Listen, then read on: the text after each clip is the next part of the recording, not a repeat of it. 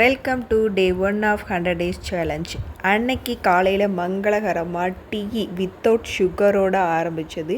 எங்கள் அம்மாட்ட சொல்லி வச்சுருந்தேன், சுகர் போடாமல் கொடுமா அப்படின்னு சொல்லிட்டு. 1 வீக்காக சுகர் போடாமல் டீ குடித்தனால எனக்கு அது அப்படியே பழகிருச்சு.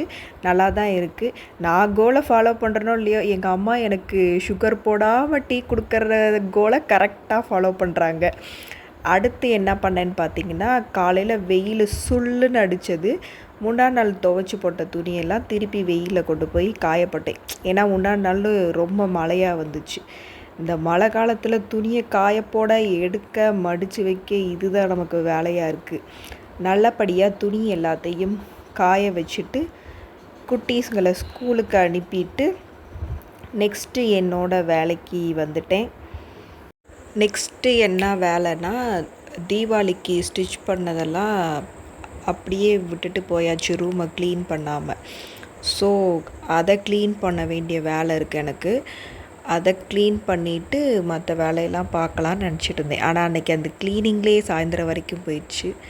ஃபுல்லாக க்ளீன் பண்ணிவிட்டு த்ரெட்டெல்லாம் எக்ஸஸ் த்ரெட்டெல்லாம் அடுக்கி வச்சுட்டேன். இந்த நீடில் ஆரி நீடில் பார்த்திங்கன்னா, என்கிட்ட இல்லைன்னு சொல்லியே நிறையா நீடில் வாங்கிட்டு வந்துட்டேன். இதுக்கு தான் செக் பண்ணணுன்றது. இன்றைக்கி க்ளீன் பண்ணும்போது தான் இவ்வளோ நீடில் கிடச்சது.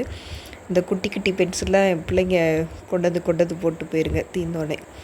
ஃபுல்லாக க்ளீன் பண்ணி குப்பையெல்லாம் அள்ளி போட்டு முடிச்சாச்சு.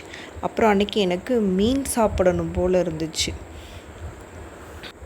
அப்போ கரெக்டாக என் தங்கச்சி ஃபோன் பண்ணி, நாங்கள் திண்டுக்கலுக்கு போயிருக்கோம், உனக்கு மீன் வாங்கிட்டு வரவா அப்படின்னு கேட்டுச்சு. எனக்கு ஒரே ஷாக்கு. இப்போ தான் நான் நினச்சேன் மீன் சாப்பிட்ணும் போல் இருக்குது அப்படின்னு சொல்லிட்டு, சரி வாங்கிட்டு வாங்க அப்படின்னு சொல்லிட்டேன். வாங்கிட்டு வந்திருந்தாங்க.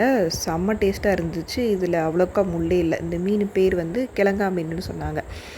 அதுக்கப்புறம் துணி மடிக்கலான்னு சொல்லிட்டு உள்ளே உட்காந்துருந்தேன். பார்த்தா வெடி சத்தம் கேட்டுச்சு. பிள்ளைங்க எல்லோரும் சேர்ந்து வெடி வெடிச்சிட்டு இருந்தாங்க. தீபாவளிக்கு இருந்த மிச்ச வெடியெல்லாம். அதை கொஞ்சம் நேரம் பார்த்துட்டு குட்டி தம்பியை வம்பிழுத்துட்டு அப்புறம் துணி மடிக்கலான்னு வந்துட்டேன். எனக்கு இந்த பேசிக்காக அந்த துணி மடிக்கிற வேலை சுத்தமாக பிடிக்காது. ஃபஸ்ட்டெல்லாம் மடிக்கவே மாட்டேன், சேரில் போட்டு வச்சுருவேன். இப்போல்லாம் அன்னன்னைக்கு அந்த துணியை மடிக்கலைன்னா தூக்கமே வர மாட்டேங்குது. மெச்சூர் ஐட்டம் போல். ஓகே, பாய். அடுத்த வீடியோவில் பார்க்கலாம்.